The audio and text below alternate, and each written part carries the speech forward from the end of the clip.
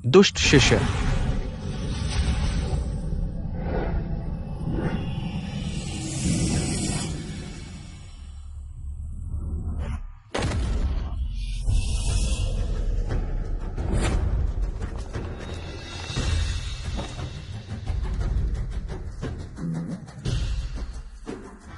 Tang सैंक्यूआई, आज से शिष्य, आज से मैं तुम्हें गुरुकुल से निकाल रहा हूं। तुम अब वान जियान संघ के शिष्य नहीं हो।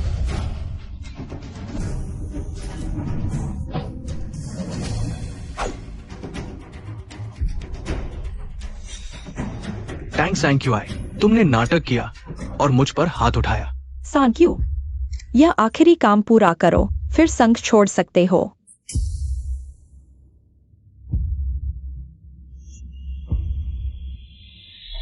जो चाहो ले लो।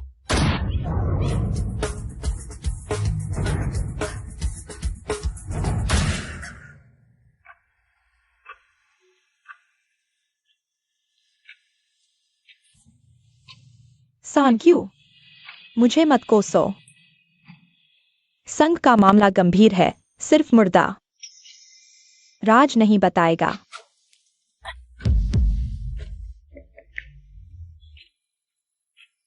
मेरी बचत खत्म नहीं हुई। मैं फिर से जन्म ले चुका हूं। वह अब बेकार है, उसे जीवन दान दे दो। 100 कोड़े मारो और पहाड़ से फेंक दो। यूरो बहन, तुम बहुत भोली हो। भोली? आध्यात्मिक जड़ें टूट चुकी हैं, अब सामान्य इंसान है। 100 कोड़े खाएगी तो 8 बार मर जाएगी। गुल्लुन प्रमुख, ये 100 कोड़े थोड़े ज्यादा नहीं? कोई मेरे लिए बोल रहा है? ये तो हुआंग फेंग संघ के प्रमुख जियांग, वह तो अद्भुत पुनर्जीवन जड़ी है। इससे पुनर्जीवन गोली बनेगी, जल्द ही एक और जान मिलेगी। अगर तुम्हारे साथ होता तो स्वीकार करते। प्रमुख शिया, तुम नहीं समझे। सब जानते हैं हुआंग फेंग संघ सबसे गरीब है। उनके पास पुनर्जीवन जड़ी जैसी दुर्लभ चीज हो ही नहीं सकती।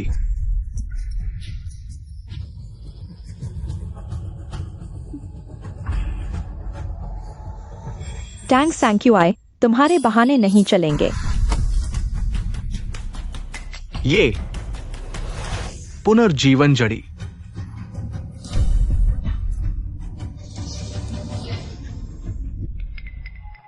अरे बाप रे, सुयुएरो, चोरी करोगे तो छुपा के करो ना।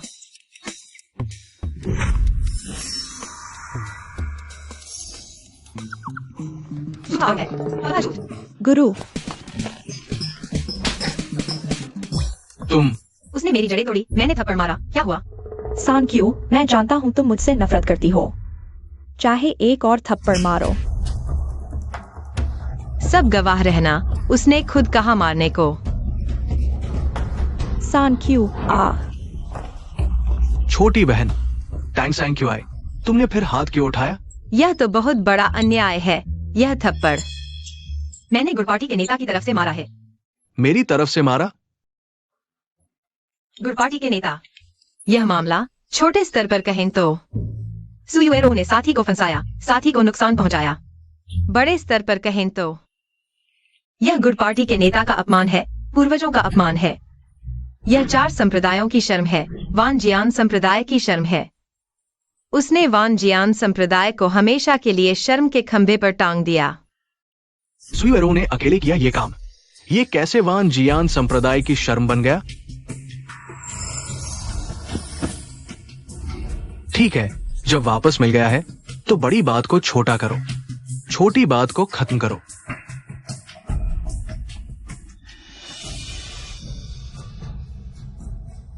मेरी आत्मा जड़ को नष्ट किया, मुझ पर जड़ी बूटियां चुराने का आरोप लगाया। अभी मुझे मारने की बात कर रहे थे।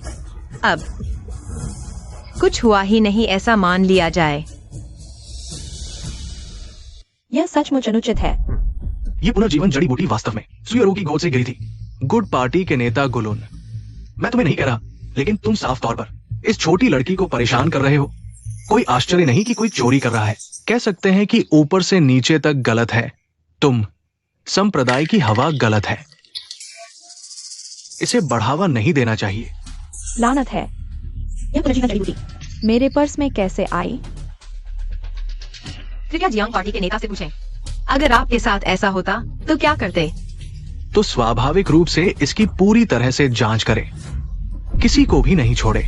बड़ी क्षमता होने से क्या फर्क पड़ता है, चरित्र भी महत्वपूर्ण है।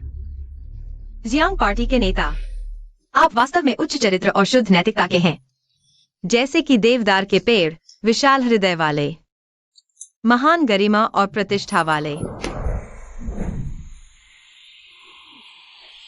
कृपया अपने शिष्य का एक प्रणाम स्वीकार करें। उठो। गुरुजी, कृपया चाय पिएं।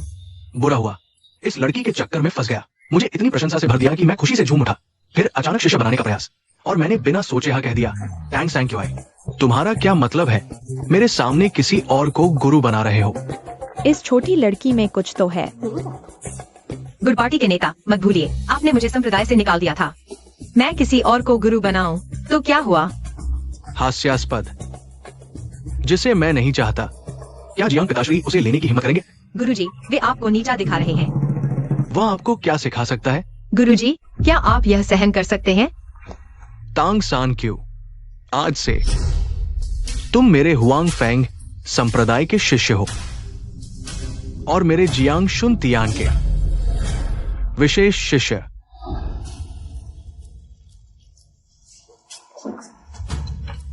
अब से कोई भी तुम्हें परेशान नहीं करेगा।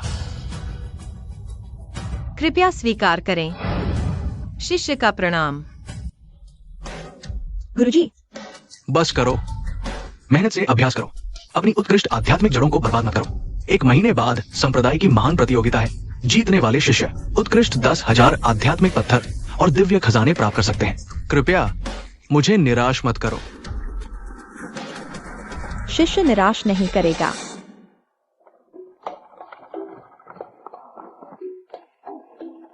सान क्यू, गुरु को भी उम्मीद नहीं थी कि एक महिला शिष्या मिलेगी, लेकिन मैंने दूर से संदेश भेजकर तुम्हारे लिए एक कमरा तैयार करवाया है।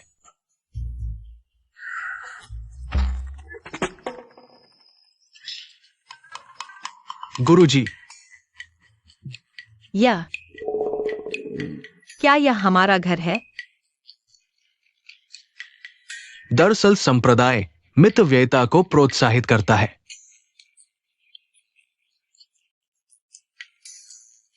लेकिन चिंता मत करो, गुरु भविष्य में और मेहनत करेगा तुम्हें बड़े और अच्छे घर में रखने के लिए। गुरुजी, यह लो। गुरुजी, मुझे अभिनय शुरू करना है।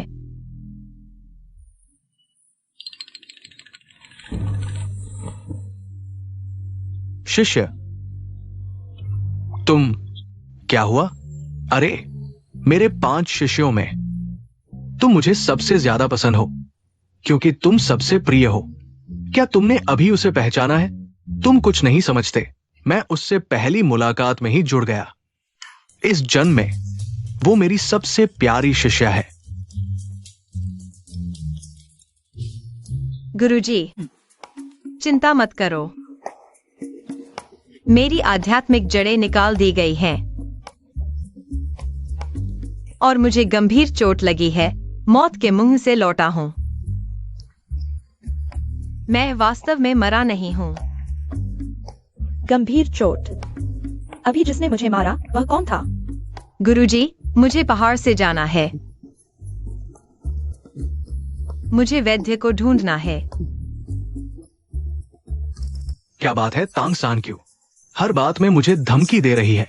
उसके मुंह पर ताला लगा दो, वो जो कहना चाहे कह सकती है।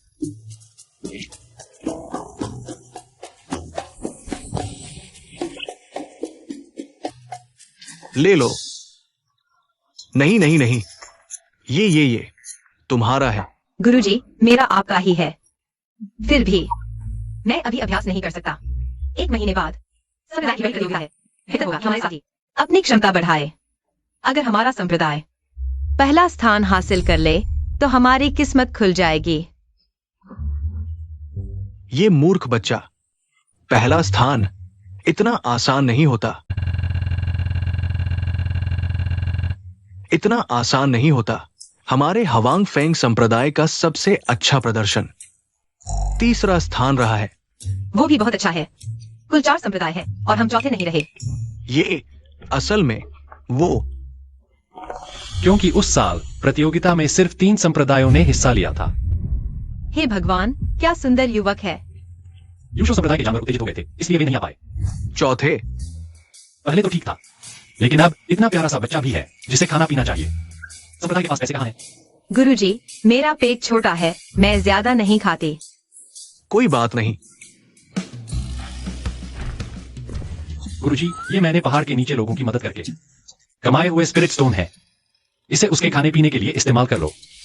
लोगों को हम पर हंसने का मौका मत दो कि हम उसे खिला पिला नहीं सकते। आओ प्यारे, ये जो मेटल से बनी बेकार छोटी तलवार है, वो तुम्हारे लिए बिल्कुल सही है। ले लो। मेरी मेटल, मेरी तलवार, मेरी मेटल दिव्य तलवार। मेटल दिव्य तलवार। वो तुम्हें देने के लिए तैयार हो गया। गुरुजी, क्या ये बहुत कीमती है? बिल्कुल। ये मेटल दिव्य तलवार उसने जान जोखिम में डालकर हासिल की थी। ये लोहे को काट देती है और इतने सालों से उसके साथ थी। कभी नहीं सोचा था कि वो तुम्हें दे देगा। दिल के नरम पर बातों के कड़क चौथे भैया। ये सब गुरुजी के सही मार्गदर्शन का नतीजा है, जिससे इतने अच्छे शिष्य मिले। ठीक है, देर हो गई है, जल्दी सो जाओ। जी गुरुजी। मेरा ये शिष्य सिर्फ अभ्यास नहीं कर सकता, पर बाकी सब तो ठीक है।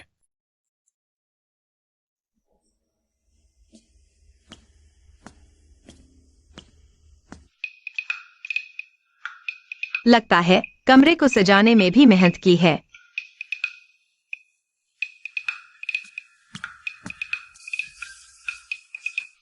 किसी का ध्यान रखने का एहसास बहुत अच्छा लगता है। भैया, खाना खा लो।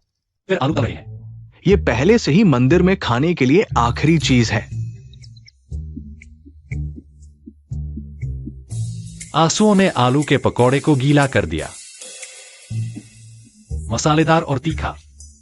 फिर भी इसकी याद आती है। छोटी बहन, मेरी तलवार के साथ अच्छा व्यवहार करो। गुरु, थैंक यू आई। तुम क्या कर रहे हो? तुम लोग कहीं झगड़ा करने तो नहीं आए हो? प्यारी सी, बस गुरु गुरु करती रहती हो। हम कितने समय से मंदिर में हैं, अभी तक आधिकारिक शिष्य नहीं बने, और तुमने तो चाल चली। शुक्रिया, मेरा दिमाग तेज है। यह मेरे कई गुणों में सबसे मामूली सा है। तुम्हारी तारीफ कर रहे हैं और तुम शर्म भी नहीं करते। अपनी तारीफ खुद ही कर रहे हो। अगर तुम मंदिर को 10 लाख स्पिरिट स्टोन दे सको तो शायद तुम भी आधिकारिक शिष्य बन सकते हो। मैं तुम्हारी सिफारिश भी कर सकता हूँ। हम तो 10 भी मुश्किल से जुटा पाते हैं और तुम लाख मांग रहे हो। मैं तुम्हें चुनौती देता हूँ, अगर तुम हार गए तो खुद ही हुआंग फेंग मंदिर छोड़कर चले जाना। चुनौती? बढ़िया, पैसे कमाने का मौका आ गया। लेकिन मुकाबला बिना दाव के कैसा? मेरी कोई स्पिरिट रूट नहीं है, मैं एक बेकार इंसान हूँ। तो फिर जल्दी करो। अगर मैं मुकाबले में गलती से मर गया तो किसी को मेरी लाश उठानी पड़ेगी और उसके लिए स्पिरिट स्टोन चाहिए। ठीक है, तुम मुझे 10 स्पिरिट स्टोन दो, मैं तुमसे मुकाबला करूंगा। अगर मैं हार गया तो 10 स्टोन वापस कर दूंगा, लेकिन अगर मैं जीत गया तो 90 और देना। क्या 100?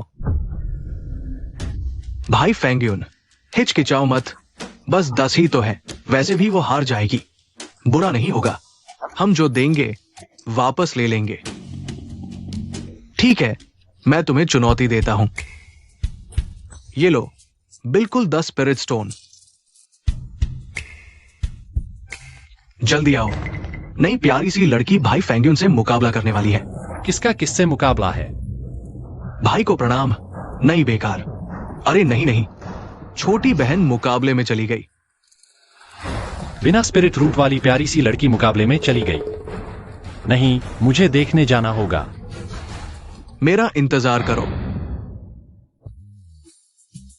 सोचा नहीं था कि चौथे भाई ने तुम्हें दिव्य तलवार दे दी, लेकिन कोई बात नहीं, तुम्हारा कोई आधार नहीं है। मैं तुम्हें 3 चाल दूंगा। सच में? बिल्कुल, चाहे तुम्हें 3 मौके भी दे दे, फेंग यून भाई जीत जाएंगे। आखिरकार फेंग यून भाई सिर्फ मुखिया और 4 शिष्यों से ही कम है, सबसे ताकतवर। अगर तांग सान क्यों नहीं होता, आखिरी शिष्य की जगह ले लेता, तो हमारे फेंग यून भाई आखिरी शिष्य होते। बड़ा अफसोस है शिष्य बनने का, पर यह प्यारा सा, दिखने में काफी सुंदर है। अच्छा, ऐसी बात है। आओ, 3 बार में मैं तलवार नहीं निकालूंगा। शुक्रिया, तुम बहुत अच्छे हो।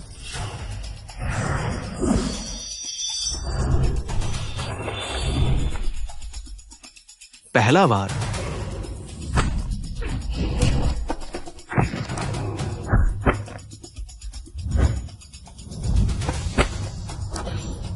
दूसरा वार।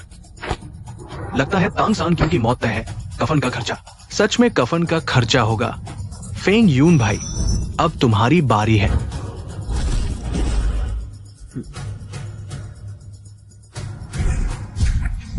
सान क्यों, मेरी बारी।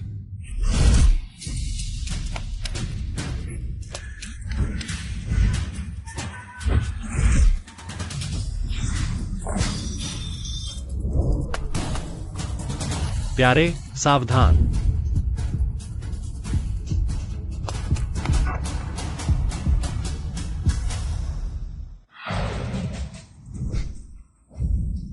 रुको, यही सही वक्त है।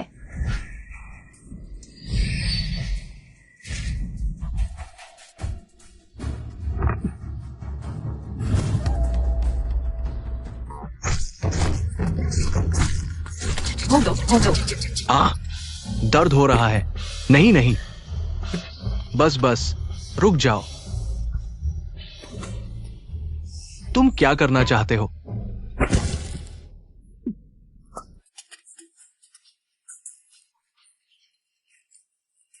फेंग यून भाई का शुक्रिया, तो ये बचे हुए 90 स्पिरिट स्टोन मैं तुम्हारी तरफ से रख लेता हूँ। तुमने धोखा दिया। संप्रदाय में लड़ाई मना है। क्या तुम सजा चाहते हो? चौथे भाई, बिना स्पिरिट रूट के ये प्यारा क्या मारे जाने से नहीं डरता? भाई लो। वापस दे दो। क्यों भला? पता नहीं, फेंग यून के पैरों से बदबू तो नहीं आती। ये भाई की तलवार है, गुरुजी ने बताया था। तुम इसकी बहुत कदर करते हो। दे दी तो दे दी, वापस लेने का कोई मतलब नहीं। भाई सच में अच्छे हैं। लगता है भाइयों को बचाने की जिम्मेदारी अब निभानी ही होगी। बस करो मुखिया।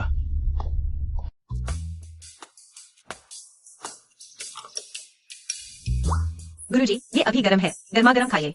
रात के 2 बजे तुम ही ये सामग्री लेकर बैठे थे। हाँ, रात 2 बजे उठकर बनाया। ये शिष्य सच में सेवा भाव रखता है। गुरुजी।